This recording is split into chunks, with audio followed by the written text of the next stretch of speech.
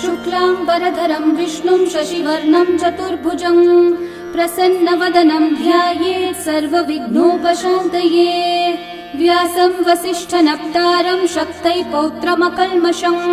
पराशरात्मजं वन्दे शुकतातं तपोनिधिं। व्यासाय विष्णुरूपाय व्यासरूपाय विष्णवे नमो वै ब्रह्मनिधये वासिष्ठाय नमो नमः। अविकाराय शुद्धाय नित्याय परमात्मने सदैकरूपरूपाय विष्णवे सर्वजिष्णवे। यस्य स्मरणमात्रेण जन्म संसारबन्धनात् विमुच्यते नमस्तस्मै विष्णवे प्रभविष्णवे। ॐ नमो विष्णवे प्रभविष्णवे। श्रीवैशम्पायन उवाच श्रुत्वा धर्मानशेषेण पावनानि च सर्वशः युधिष्ठिरः शान्तनवं पुनरेवाभ्यभाषत। युधिष्ठिर उवाच किमेकं दैवतं लोके किं वाप्येकं परायणं स्तुवन्तः कमर्चन्तः प्राप्नुयुर्मानवा शुभम्। को धर्मः सर्वधर्माणां भवतः परमो मतः किं जपन्मुच्यते जन्तुर्जन्म संसारबन्धनात्। श्रीभीष्म उवाच जगत्प्रभुं देवदेवम् अनन्तं पुरुषोत्तमं स्तुवन्नामः सहस्रेण पुरुषस्तततोत्थितः तमेव चार्चयन् नित्यं भक्त्या पुरुषम् अव्ययम् ध्यायन् स्तुवन्नमस्यं च यजमानस्तमेव च। अनादिनिधनं विष्णुं सर्वलोकमहेश्वरं लोकाध्यक्षं स्तुवन्नित्यं सर्वदुःखातिगो भवेत्। ब्रह्मण्यं सर्वधर्मज्ञं लोकानां कीर्तिवर्धनं लोकनाथं महद्भूतं सर्वभूतभवोद्भवम्। एष मे सर्वधर्माणां धर्मोऽधिकतमो मतः यद्भक्त्या पुण्डरीकाक्षं स्तवैरर्चैर्नरः सदा। परमं यो महत्तेजः परमं यो महत्तपः परमं यो महद्ब्रह्म परमं यः परायणम्। पवित्राणां पवित्रं यो मङ्गलानां च मङ्गलम् देवतं देवतानां च भूतानां यो व्ययः पिता यतः सर्वाणि भूतानि भवन्त्यादियुगागमे यस्मिंश्च प्रलयं यान्ति पुनरेव युगक्षये तस्य लोकप्रधानस्य जगन्नाथस्य भूपते विष्णोर्नाम सहस्रं मे शृणु पापभयापहम्। यानि नामानि गौणानि विख्यातानि महात्मनः ऋषिभिः परिगीतानि तानि वक्ष्यामि भूतये। ऋषिर्नाम्नां सहस्रस्य वेदव्यासो महामुनिः छन्दोऽनुष्ठुप् तथा देवो भगवान् देवकीसुतः अमृतांशोद्भवो बीजं शक्तिर्देवकी नन्दनः त्रिसामा हृदयं तस्य शान्त्यर्थे विनियुज्यते। विष्णुं जिष्णुं महाविष्णुं प्रभविष्णुं महेश्वरम् अनेकरूपदैत्यान्तं नमामि पुरुषोत्तमम्। अस्य श्रीविष्णोर्दिव्यसहस्रनामस्तोत्रमहामन्त्रस्य श्रीवेदव्यासो भगवान् ऋषिः अनुष्ठुप् छन्दः श्रीमहाविष्णुः परमात्मा श्रीमन्नारायणो देवता अमृतांशोद्भवो भानुरिति बीजम् देवकी नन्दनः सृष्टेति शक्तिः उद्भवक्षोभणो देव इति परमो मन्त्रः शङ्खबृन्नन्दकी चक्रीति कीलकम् शार्ङ्गधन्वा गदाधर इति अस्त्रम् रथाङ्गपाणिरक्षोभ्य इति नेत्रम् त्रिसामा सामगः सामेति कवचम् आनन्दं परब्रह्मेति योनिः ऋतुः सुदर्शनः काल इति दिग्बन्धः श्रीविश्वरूप इति ध्यानम् श्रीमहाविष्णुः प्रीत्यर्थे सहस्रनाम जपे विनियोगः।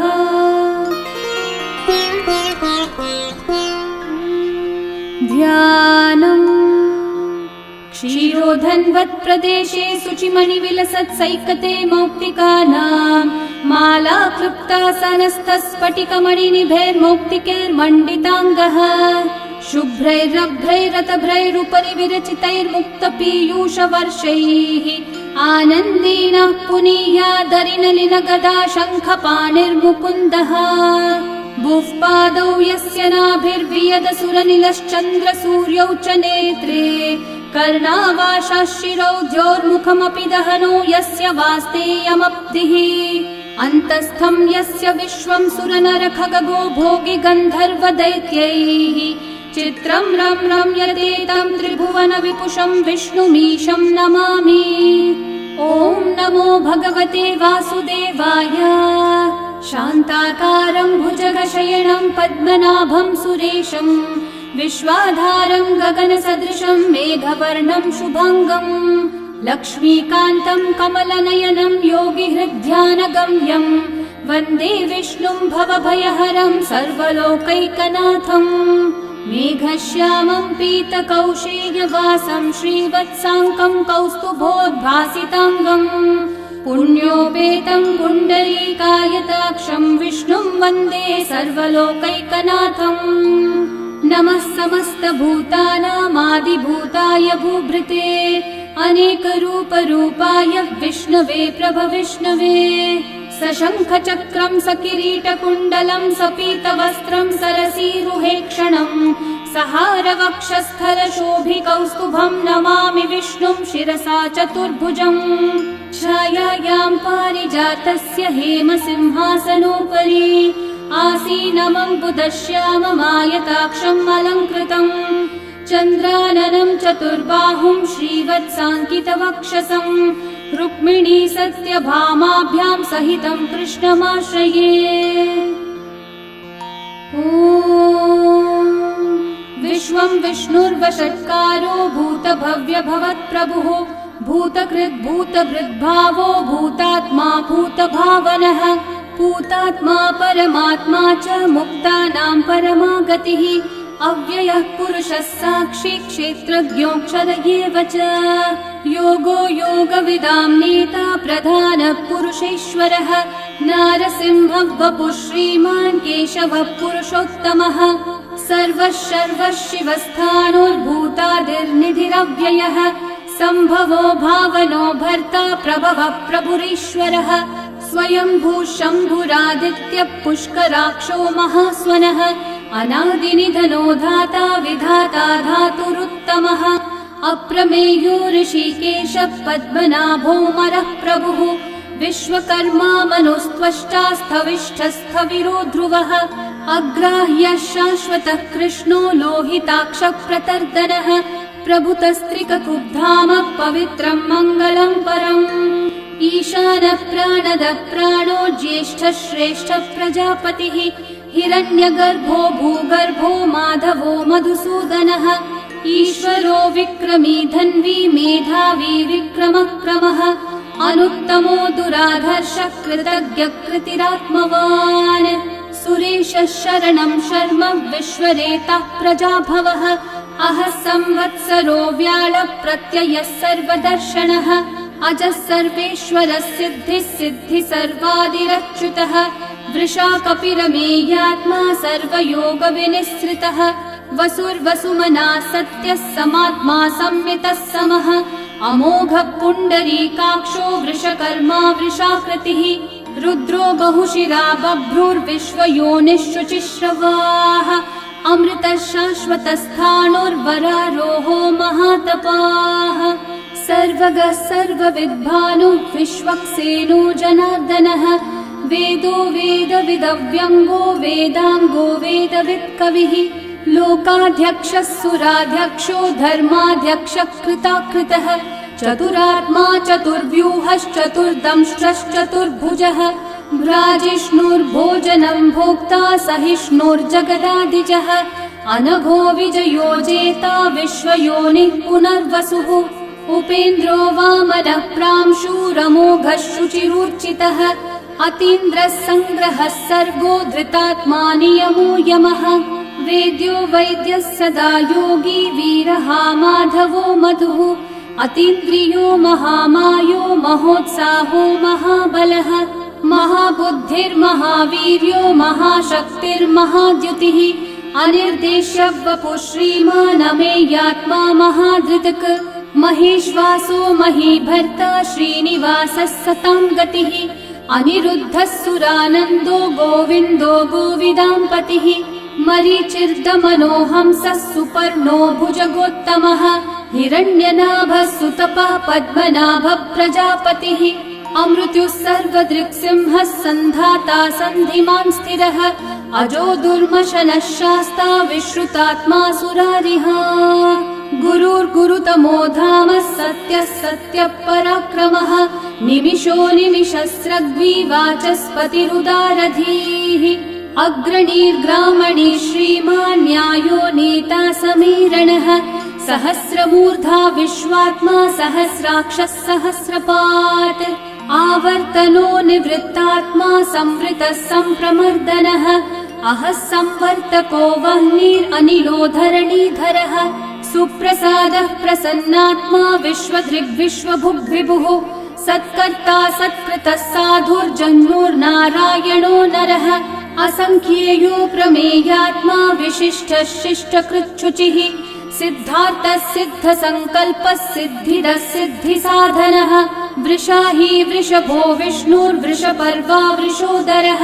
वर्धनो वर्धमानश्च विविक्तः श्रुतिसागरः सुभुजो दुर्धरो वाग्मी महेन्द्रो वसुदो वसुः नैकरूपो बृहद्रूपः शिपिविष्टप्रकाशनः ओजस्तेजोद्युतिधरः प्रकाशात्मा प्रतापनः ऋद्धः स्पष्टाक्षरो मन्त्रश्चन्द्रांशूर्भास्करद्युतिः अमृतांशूद्भवो भानुः शशबिन्दुः सुरेश्वरः औषधं जगतः सेतुः सत्यधर्मः पराक्रमः भूतभव्यभवन्नाथः पवनः पावनो नलः कामः कामकृत्कान्तः कामः कामप्रदः प्रभुः युगादिकृद्युगावर्तो नैकमायो महाशनः अदृश्यो व्यक्तरूपश्च सहस्रजिदनन्तजित् इष्टो विशिष्टशिष्टेष्ठः शिखण्डी नहुषो वृषः क्रोधः क्रोधकृत्कर्ता विश्वबाहुर्महीधरः अच्युतः प्रथितः प्राणः प्राणदो वासवानुजः अपान्निधिरधिष्ठानम् अप्रमत्तः प्रतिष्ठितः स्कन्दस्कन्दद्धरो धुर्यो वरदो वायुवाहनः वासुदेवो बृहद्भानुरादिदेवः पुरन्दरः अशोकस्थारणस्थारः शूरः शौरिर्जनेश्वरः अनुकूलः शतावर्तः पद्मी पद्मनिभीक्षणः पद्मनाभोरविन्दाक्षः पद्मगर्भः शरीरभृत् महर्धिरिग्धो वृद्धात्मा महाक्षो गरुडध्वजः अतुलः शरभो भीमः समयज्ञो हविर्हरिः सर्वलक्षणलक्षण्यो लक्ष्मीवान् समितिञ्जयः विक्षरो रोहितो मार्गो हेतुर्दामोदरः सहः महीधरो महाभागो वेगवानमिताशनः उद्भवक्षोभणो देवः श्रीगर्भः परमेश्वरः करणं कारणं कर्ता विकर्ता गहनो गुहः व्यवसायो व्यवस्थानः संस्थानस्थानदो ध्रुवः परर्धि परमस्पष्टः तुष्टः पुष्टः शुभेक्षणः रामो विरामो विरतो मार्गो नेयो नयो नयः वीरशक्तिमतां श्रेष्ठा धर्मो धर्मविदुत्तमः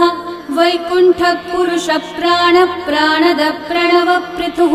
हिरण्यगर्भः शत्रुघ्नो व्याप्तो वायुरधोक्षजः ऋतुः सुदर्शनः कालः परमेष्ठी परिग्रहः उग्रः संवत्सरो दक्षो विश्रामो विश्वदक्षिणः विस्तारस्थावरस्थाणुः प्रमाणं बीजमव्ययम् अर्थोऽनर्थो महाकोशो महाभोगो महाधनः अनिर्विण्णस्थविष्ठो भूर्धर्मयूपो महामखः नक्षत्रनेमिर्नक्षत्री क्षामः समीहनः यज्ञयुज्यो महेज्यश्च क्रतुः सत्रं सताङ्गतिः सर्वदर्शी विमुक्तात्मा सर्वज्ञो ज्ञानमुत्तमम् सुहृतः सुमुखः सूक्ष्मः सुघोषः सुखदः सुहृत् मनोहरो जितक्रोधो वीरबाहुर्विदारणः स्वापनस्ववशो व्यापी नैकात्मा नैककर्मकृत् वत्सरो वत्सलो वत्सी रत्नगर्भो धनेश्वरः धर्मकृद्धर्मी सदसक्षरमक्षरम् अविज्ञाता सहस्रांशूर्विधाता कृतलक्षणः गभस्तिनेमि सत्त्वस्थः सिंहो भूतमहेश्वरः आदिदेवो महादेवो देवेशो देवभृद्गुरुः उत्तरो गोपतिर्गोप्ता ज्ञानगम्यः पुरातनः शरीरभूतभृद्भोक्ता कपीन्द्रो भूरि दक्षिणः सोमपोऽमृतपः सोमः पुरुजित्पुरुसत्तमः विनयोजयः सत्यसन्धो दाशारः सात्वतां पतिः जीवो विनयिता साक्षी मुकुन्दोऽमितविक्रमः अम्भो निधिरनन्तात्मा महोदधिशयोऽन्तकः अजो महार्हः स्वाभाव्यो जितामित्रप्रमोदनः आनन्दो नन्दनो नन्दः सत्यधर्मात्रिविक्रमः महर्षि कपिलाचार्य कृतज्ञो मेदिनीपतिः त्रिपदस्त्रिदशाध्यक्षो महाशृङ्गकृतान्तकृत् महावराहो गोविन्दः सुषेणः कनकाङ्गदे गुह्यो गभीरो गहनो गुप्तश्चक्रगदाधरः वेधास्वाङ्गोचितः कृष्णो दृढसङ्कर्षणोच्युतः वरुणो वारुणो वृक्षः पुष्कराक्षो महामनाः भगवान् भगहानन्दी वनमाली हलायुधः आदित्यो ज्योतिरादित्यः सहिष्णुर्गतिसत्तमः सुधन्वा खण्डपरशुर्दारुणो द्रविणप्रदः दिवस्पृक् सर्वदृग्व्यासो वाचस्पतिरयो निजः त्रिसामासामगः सामन्निर्वाणम् भेषजम्भिषक् सन्न्यासकृच्छमः शान्तो निष्ठा शान्तिपरायणम् शुभाङ्गः शान्तिदः सृष्टा कुमुदः कुवलेशयः गोहितो गोपतिर्गोप्ता वृषभाक्षो वृषप्रियः अनिवर्ती निवृत्तात्मा संक्षेप्ताक्षेमकृच्छिवः श्रीवत्सवक्षा श्रीवासः श्रीपतिः श्रीमतांवरः श्रीधः श्रीशः श्रीनिवासः श्रीनिधिः श्रीविभावनः श्रीधरः श्रीकरः श्रेयः श्रीमान् लोकत्रयाश्रयः स्वक्षस्वङ्गः शतानन्दो नन्दिर्ज्योतिर्गणेश्वरः विजितात्मा विधेयात्मा सत्कीर्तिश्चिन्न संशयः उदीर्णः सर्वतश्चक्षुरनीशः शाश्वतस्थिरः भूषयो भूषणो भूतिर्विशोकः शोकनाशनः अर्चिष्मान् अर्चितः कुम्भो विशुद्धात्मा विशोधनः अनिरुद्धो प्रतिरथ प्रद्युम्नोमितविक्रमः कालनेमी निहावीरः शौरी शूरजनेश्वरः त्रिलोकात्मा त्रिलोकेशः केशवः केशिहा हरिः कामदेवः कामपालः कामिकान्तः कृतागमः अनिर्देश्य वपुर्विष्णु वीरोऽनन्तो धनञ्जयः ब्रह्मण्यो ब्रह्मकृद् ब्रह्मा ब्रह्म ब्रह्मविवर्धनः ब्रह्मविद् ब्राह्मणो ब्रह्मी ब्रह्मज्ञो ब्राह्मणप्रियः महाक्रमो महाकर्मा महातेजा महोरगः महाक्रतुर्महायज्वा महायज्ञो महाहविः स्तव्यस्तव प्रियस्तोत्रम् स्तुतिस्तोतारणप्रियः पूर्णपूरयिता पुण्यकीर्तिरणामयः मनोजवस्तीर्थकरो वसुरेता वसुप्रदः वसुप्रदो वासुदेवो वसुर्वसुमनाहविः सद्गति सत्कृति सत्ता सद्भूति सत्परायणः शूरसेनो यदुश्रेष्ठः सन्निवासः सुयामुनः भूता वासो वासुदेवः सर्वासु निलयो नलः दर्पः दर्पदो दृप्तो दुर्धरोऽथा पराजितः विश्वमूर्तिर्महामूर्तिर्दीप्तमूर्तिरमूर्तिमान् अनेकमूर्तिरव्यक्तः शतमूर्तिः शताननः एकोनैकः स वः किं यतत्पदमनुत्तमम् लोकबन्धुर्लोकनाथो माधवो भक्तवत्सलः सुवर्णवर्णो हेमाङ्गो वराङ्गश्चन्दनाङ्गदे वीरः विषमः शून्यो घृताशीरशलश्चलः अमानीमानदो मान्यो लोकस्वामी त्रिलोकधृक् सुमेधा मेधजो धन्यः सत्यमेधाधराधरः तेजो वृषो द्युतिधरः सर्वशस्त्रभृताम्बरः प्रग्रहो निग्रहो व्यग्रो नैकशृङ्गो गदाग्रजः चतुर्मूर्तिश्चतुर्बाहुश्चतुर्व्यूहश्चतुर्गतिः चतुरात्मा चतुर्भावश्चतुर्वेदविदेकपात् समावर्तो निर्वृत्तात्मा दुर्जयो दुरतिक्रमः दुर्लभो दुर्गमो दुर्गो दुरावासो दुरारिहा शुभाङ्गो लोकसारङ्गः सुतन्तुस्तन्तुवर्धनः इन्द्रकर्मा महाकर्मा कृतकर्मा कृतागमः उद्भवः सुन्दर सुन्दो रत्ननाभः सुलोचनः अर्को वाजः नः शृङ्गी जयन्तः सर्वविजयी सुवर्णबिन्दु रक्षोभ्यः सर्ववागीश्वरेश्वरः महाहृदो महागर्तो महाभूतो महानिधिः कुमुदः कुन्दरः कुन्दः पर्जन्यः पावनो निलः अमृताशोऽमृतवपुः सर्वज्ञः सर्वतोमुखः सुलभः सुव्रतः सिद्धः शत्रुजिच्छत्रुतापनः न्यग्रोधोदम्बरोऽश्वत्थश्चाणूरान्ध्रनिषूदनः सहस्रार्ची सप्तजिह्वा सप्तैधा सप्तवाहनः अमूर्तिरनघोचिन्त्यो भयकृद्भयनाशनः अनुर्बृहत्कृशस्थूलो गुणवृन्निर्गुणो महान् अधृतस्वधृतस्वास्य प्राग्वंशो वंशवर्धनः भारभृत्कथितो योगी योगीशः सर्वकामदः आश्रमश्रमणश्रामः सुपर्णो वायुवाहनः धनुर्धरो धनुर्वेदो दण्डो दमयिता दमः अपराजितः सर्वसहो नियन्ता नियमो यमः सत्त्ववान् सात्विकः सत्यः सत्यधर्मपरायणः अभिप्रायप्रियार्होर्हः प्रियकृत्प्रीतिवर्धनः विहाय स गतिर्ज्योतिः सुरचिर्हुतभुक् विभुः रविर्विरोचनः सूर्यः सविता रविलोचनः अनन्तो हुतभुग्भोक्ता सुखदो नैकजोऽग्रजः अनिर्विण्णः सदा मर्षि लोकाधिष्ठानमद्भुतः सनातनतमः कपिलः कपिरव्ययः स्वस्तिदः स्वस्तिकृत् स्वस्ति स्वस्ति भुक् स्वस्ति दक्षिणः अरौद्रः कुण्डली चक्री विक्रमयूर्जितशासनः शब्दातिगः शब्दसः शिशिरः शर्वरीकरः अक्रूरः पेशलो दक्षो दक्षिणः क्षमिनाम्बरः विद्वत्तमो वीतभयः पुण्यश्रवणकीर्तनः उत्तारणो दुष्कृतिः पुण्यो दुःस्वप्ननाशनः वीरः रक्षणः सन्तो जीवनः पर्यवस्थितः अनन्तरूपोऽनन्तश्रीर्जितमन्युर्भयापहः चतुर्रश्रो गभीरात्मा विदिशो व्यादिशो दिशः अनादिर्भूर्भुवो लक्ष्मी सुवीरो रुचिराङ्गदः जननो जनजन्मादि भीमो भीमपराक्रमः आधारनिलयो धाता पुष्पहासप्रजागरः ऊर्ध्वगः सत्पथाचारः प्राणदः प्रणवप्पणः प्रमाणं प्राणनिलयं प्राणभृत्प्राणजीवनः तत्त्वं तत्त्वविदेकात्मा जन्म मृत्युजरातिगः भूर्भुवः स्वस्तरुस्तारः सविता प्रपितामहः यज्ञो यज्ञपतिर्यज्वा यज्ञाङ्गो यज्ञवाहनः यज्ञभृद्यज्ञकृद्यज्ञी यज्ञभुग्यज्ञसाधनः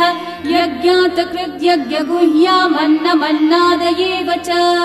आत्मयोनिः स्वयं जातो वैखानः सामगायनः देवकीनन्दनः सृष्टा शितीशः पापनाशनः शङ्खवृन्नन्दकी चक्री शार्ङ्गधन्वा गदाधरः रथाङ्गपाणिरक्षोभ्यः सर्वप्रहरणायुधः सर्वप्रहरणायुध ॐ नम इति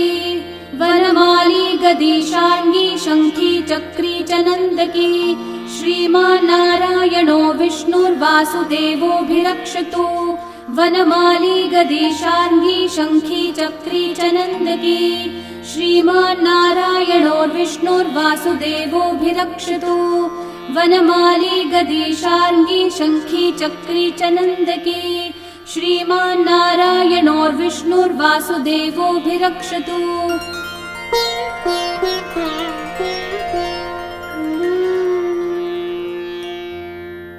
इतीदं कीर्तनीयस्य केशवस्य महात्मनः नाम्नां सहस्रं दिव्यानाम् अशेषेण प्रकीर्तितम् य इदं शृणुयान्नित्यं यश्चापि परिकीर्तयेत् नाशुभं प्राप्नुयात् किञ्चित् सोमुत्रेह च मानवः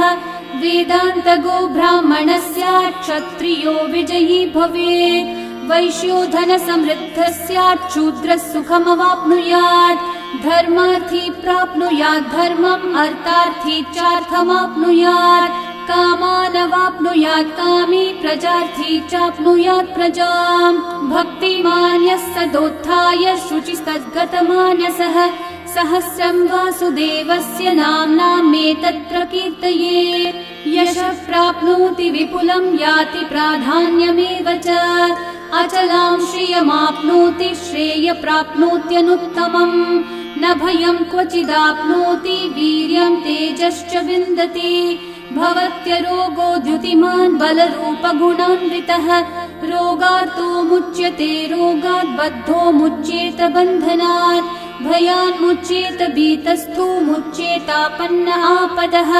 दुर्गान्यतितरत्याशु पुरुषः पुरुषोत्तमम् स्तुवन्नाम सहस्रेण नित्यं भक्ति समन्वितः वासुदेवाश्रयो मर्त्यो वासुदेवपरायणः सर्वपापविशुद्धात्मा याति ब्रह्म सनातनम् न वासुदेव भक्तानामशुभं विद्यते क्वचित्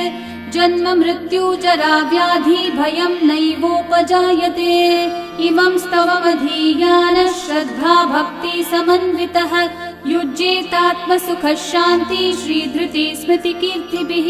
न क्रोधो न च मात्सर्यं न लोभो नाशुभामतिः भवन्ति कृतपुण्यानां भक्तानां पुरुषोत्तमे द्यौसचन्द्रार्कनक्षत्राखं दिशो भूर्महो दधिः वासुदेवस्य वीर्येण विदतानि महात्मनः ससुरासुरगन्धर्वं स यक्षोरगराक्षसं जगद्वशे वर्ततेदं कृष्णस्य सचराचरम् इन्द्रियाणि मनोबुद्धिः सत्त्वं तेजो बलं द्युतिः वासुदेवात्मकन्याहुः क्षेत्रं क्षेत्रज्ञ एव च सर्वागमानामाचार प्रथमं परिकल्पते आचार प्रभवो धर्मो धर्मस्य प्रभुरच्युतः ऋषयः पितरो देवा महाभूतानि धातवः जङ्गमाजङ्गमं चेदं जगन्नारायणोद्भवम् योगो ज्ञानं तथा साङ्ख्यं विद्या शिल्पादिकर्म च वेदाः शास्त्राणि विज्ञानम् एतत् सर्वं जनार्दनात् एको विष्णुर्महद्भूतं पृथक् भूतान्यनेकशः त्रीन् लोकान् व्याप्य भूतात्मा भुङ्क्ते विश्वभुगव्ययः इमं स्तवं भगवतो विष्णोर्व्यासेन कीर्तितम् पठ्येद्य इच्छेत् पुरुषः श्रेयः प्राप्तुं सुखानि च विश्वेश्वरमजं देवं जगतः प्रभुमव्ययम् भजन्ति ये पुष्कराक्षं न ते यान्ति पराभवम् न ते यान्ति पराभवम् ॐ नमः इति अर्जुनोवाच पद्मपत्रविशालाक्षः पद्मनाभः सुरोत्तम भक्तानामनुरक्तानां त्राता भवजनार्दन श्रीभगवानुवाच यो मां नाम सहस्रेण स्तोतुमिच्छति पाण्डव सोऽहमेकेन श्लोकेन स्तुत एव न संशयः स्तुत एव न संशय ॐ नमः इति व्यास उवाच वासनाद्वासुदेवस्य वासितं भुवनत्रयम् सर्वभूतनिवासोऽसि वासुदेव नमोऽस्तु ते श्रीवासुदेव नमोऽस्तु ॐ नमः इति पार्वत्योवाच केनोपायेन लघुना विष्णोर्नाम सहस्रकम् पठ्यते पण्डितेर्नित्यं श्रोतुमिच्छाम्यहं प्रभो ईश्वरोवाच श्रीराम राम रामेति रमे रामे मनोरमे सहस्रनाम तत्तुल्यं राम नाम वरानने श्रीराम राम रामेति रमे रामे मनोरमे सहस्रनाम तत्तुल्यं राम नाम वरानने